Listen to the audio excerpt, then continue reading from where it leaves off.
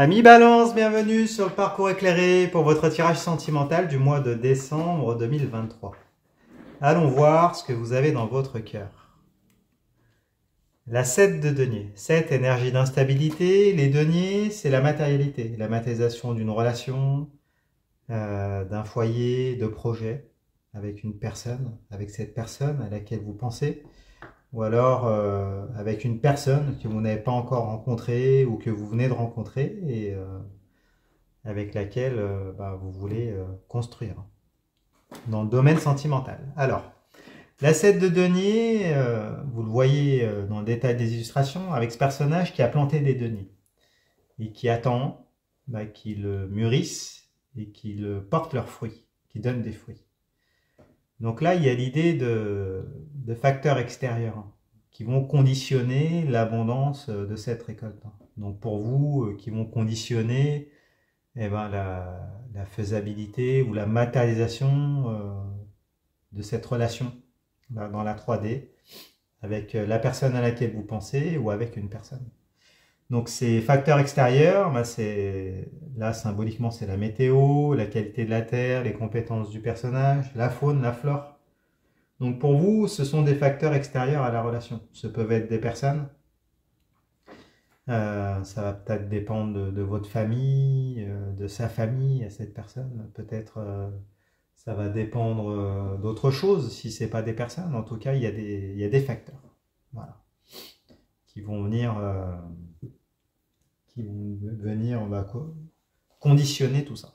On va voir plus loin. Vous avez la carte du diable. Donc, la carte du diable, c'est un arcade majeur. Elle nous parle symboliquement c'est la carte de la jouissance, hein. D'accord? C'est la carte de l'attraction, du magnétisme. Là, vous voyez les deux personnages qui sont reliés par une chaîne qui n'est pas cassable. Le diable, c'est celui qui jouit du corps, des cinq sens. C'est l'idée d'être attiré par une personne de manière irrésistible, hein. Peut-être que pour certains, c'est un lien d'âme. Vous voyez, il y a une réciprocité, il y a une énergie. Il y a une énergie de jouissance, hein, qui est présente et qui est puissante. Et qui provoque une forme d'addiction, ou en tout cas un lien très fort, hein, un lien un peu surnaturel entre vous. Donc peut-être que vous avez rencontré cette personne, hein, qui vient éveiller en vous peut-être des sentiments, des émotions, des choses que vous n'avez encore jamais vécues, c'est possible. Ou peut-être que c'est une personne du passé à laquelle vous vous sentez lié et qui vous perturbe, à laquelle vous vous sentez vraiment... c'est peut-être voilà, que vous sentez comme étant une âme sœur, vous voyez, peut-être une flamme jumelle avec tout ce que ça implique.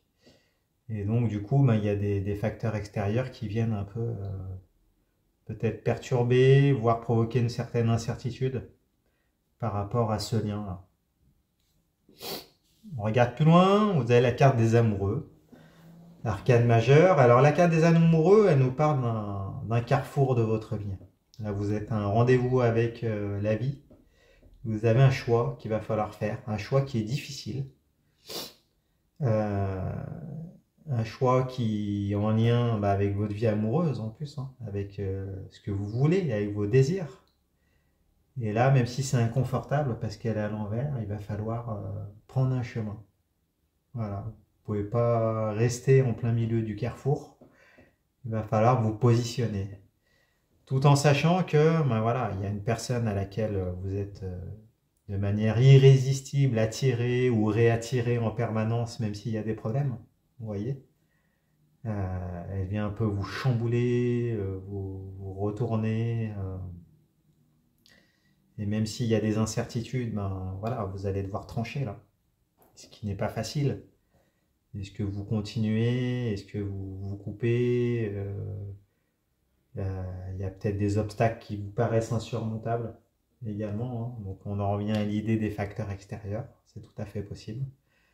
Et peut-être que si si vous êtes célibataire, vous avez envie de miser sur, voilà, il faudra peut-être, vous avez peut-être planté des graines pour pouvoir avoir une stratégie de rencontre. Vous voulez aller vers une personne voilà, avec laquelle vous allez avoir une connexion émotionnelle.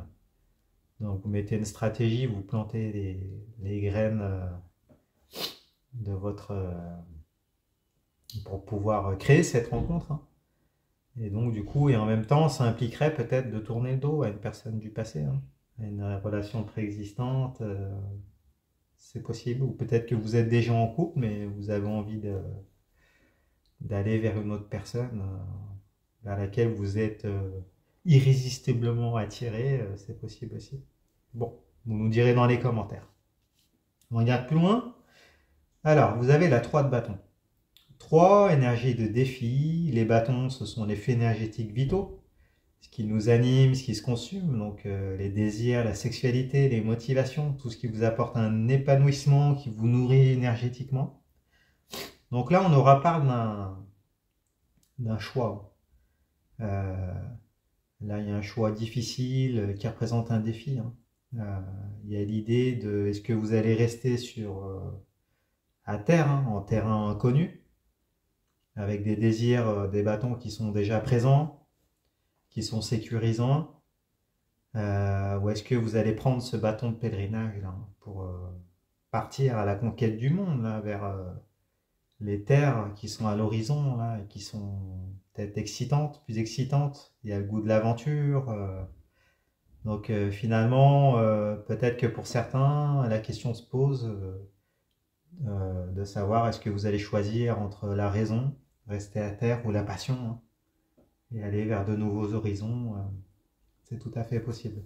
Donc du coup, ça ferait ici écho au choix que vous devez faire. Hein. Et ce choix-là, ça serait celui-ci.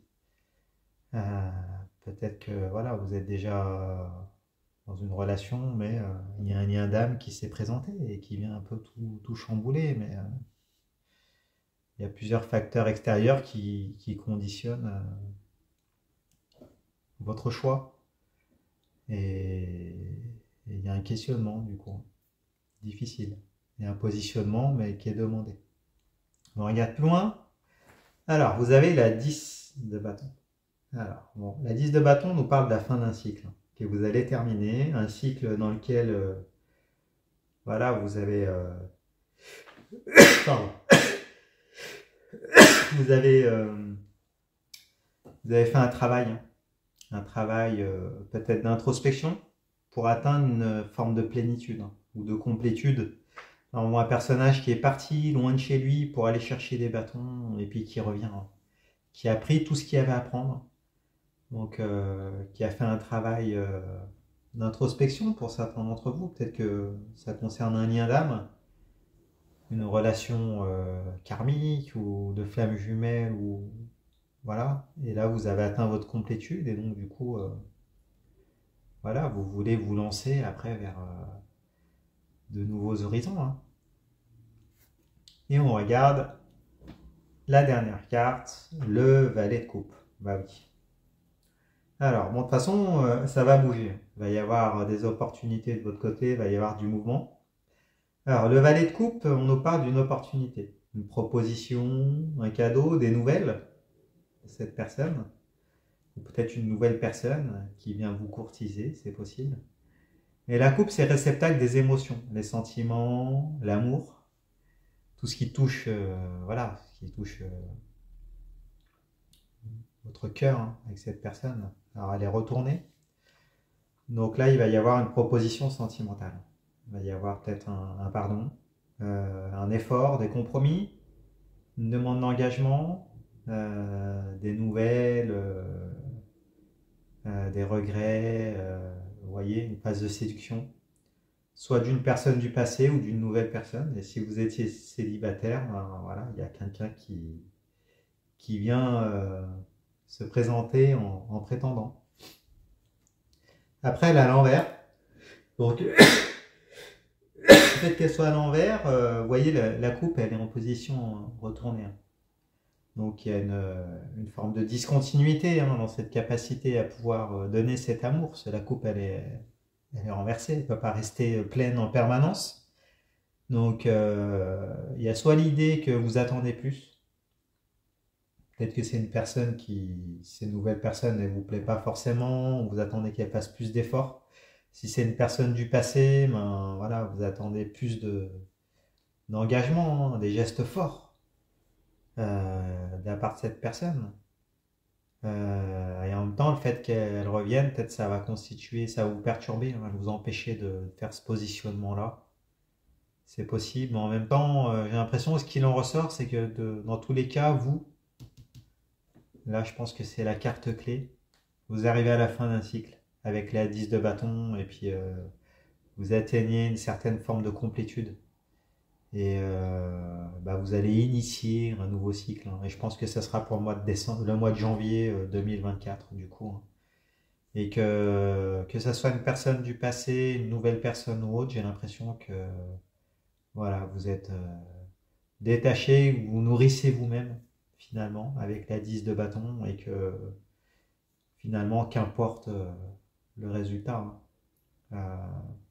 Vous avez envie d'entamer un nouveau cycle et de prendre ce bâton, du 3 de bâton là, et d'aller à l'aventure. Bon. Dites-nous dans les commentaires comment ça se matérialise pour vous. Si ce tirage vous a plu, mettez-moi un pouce, abonnez-vous, allez voir les autres tirages pour votre signe ascendant et votre signe lunaire. Vous mélangez le tout, vous aurez une lecture plus personnalisée.